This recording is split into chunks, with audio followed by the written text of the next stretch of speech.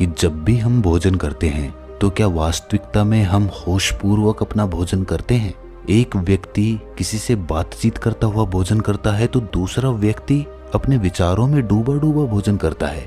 भोजन तो उनका शरीर कर रहा है, लेकिन उनका मन इस भोजन करने में सम्मिलित होता ही नहीं है। और जो कर्म पूरा मन लगाकर नहीं किया जाता, वास्तविकता में वो कर्म कहलाता ही नहीं है, इसीलिए उसका परिणाम भी हमें कभी नहीं मिलता। मैं तुम्हें भोजन करने की कुछ आसन और कुछ नियम बताना चाहता हूँ, जिनको अपनाकर कोई भी मनुष्य निरोगी होकर अपना जीवन सुखपूर्वक व्यतीत कर सकता है। सबसे पहला नियम, हमेशा मौन होकर भोजन करो। जब हम मौन होकर भोजन करते हैं तो हमारा पूरा ध्यान भोजन करने पर केंद्रित रहता है, जिससे कि हमारे शरीर के सारे अंदरूनी अंग सुचारू रूप से कार्य करने में व्यस्त हो जाते हैं। जैसे कि मौन होकर जब हम भोजन की खुशबू लेते हैं तो उससे हमारी स्वादेंद्रियां जागृत हो जाती है, हमारे मुंह में लार आने लगती है, जो कि भोजन को पचाने में सहायक सिद्ध होती है। इसी प्रकार भोजन को होशपूर्वक अच्छी तरह से चबा चबा कर करने से उसकी पाचन क्रिया सुलभ हो जाती है, आसान हो जाती है।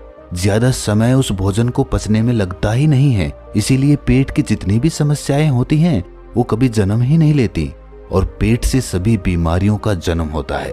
दूसरा नियम है कि जब भी आप भोजन करें उस भोजन के प्रति ग्रहणशील अवश्य हो जाएं।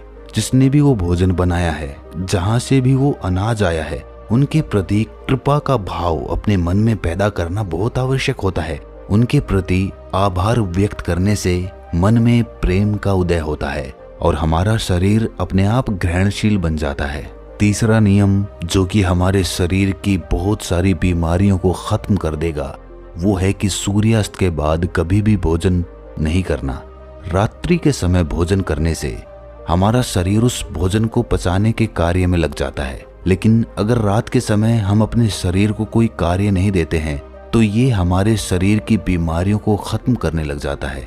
हमारा शरीर अपने आप अपनी बीमारियों को ठीक, उसकी मरम्मत करने की शक्ति रखता है, लेकिन पर्याप्त खाली समय ना मिलने के कारण हमारा शरीर अपनी बीमारियों को ठीक कर ही नहीं पाता। देर रात्रि में भारी भोजन करने से पूरी रात हमारा शरीर उसको पचाने के कार्य में लगा रहता है, वो कभी खाली हो ही नहीं पाता है। इसीलिए हमारे शरीर में जो भी बीमारियां पैदा होने लग रही हैं, वो हमारा शरीर अपने आप ठीक नहीं कर पाता है। सूर्यास्त के आधे घंटे बाद तक आप भोजन कर लीजिए या फिर उससे पहले भोजन कर लीजिए, लेकिन रात्रि के समय भोजन करना शरीर के लिए हानिकारक हो सकता है।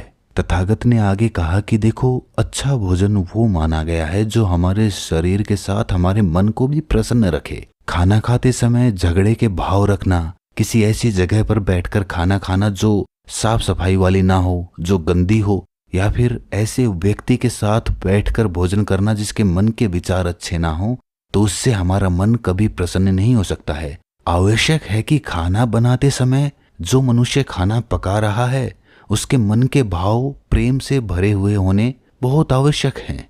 अगर वो घृणा के, गुस्से के या फिर झगड़े के भाव रखेगा तो खाने में उसी प्रकार के गुण सम्मिलित हो जाते हैं। हर खाने का अपना एक विशिष्ट गुण होता है और ये गुण और ज्यादा अधिक हो जाता है जब ये मनुष्य के गुण के साथ मिलता है।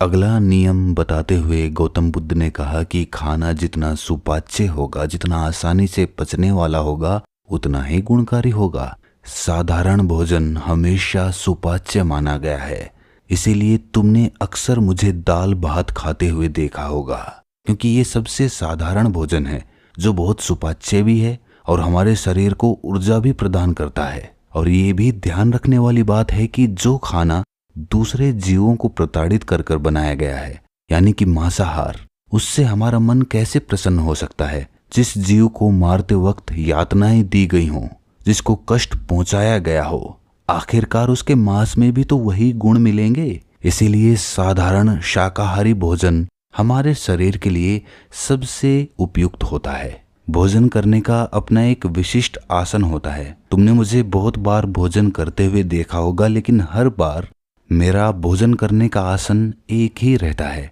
मेरी रीढ़ हमेशा सीधी रहती है। मैं शांत जमीन पर बैठकर भोजन करता हूँ, लेकिन जो लोग जमीन पर नहीं बैठ सकते हैं किसी कारणवश, तो उन्हें अपनी रीढ़ तो सीधी हमेशा अवश्य रखनी चाहिए, क्योंकि जब खाना पेट में पहुंचता है तो जब हमारी रीढ़ सीधी होती है तो वो बड़ी आसानी से सीधा हमारे पेट में पहुंच जाता है। और अगर हमारी रीढ़ मुड़ी हुई होगी तो हमारा पेट भी सिकुड़ा हुआ होगा, जिससे कि वो खाना ठीक प्रकार से भोजन नली से होता हुआ हमारे पेट तक पहुंच नहीं पाता है।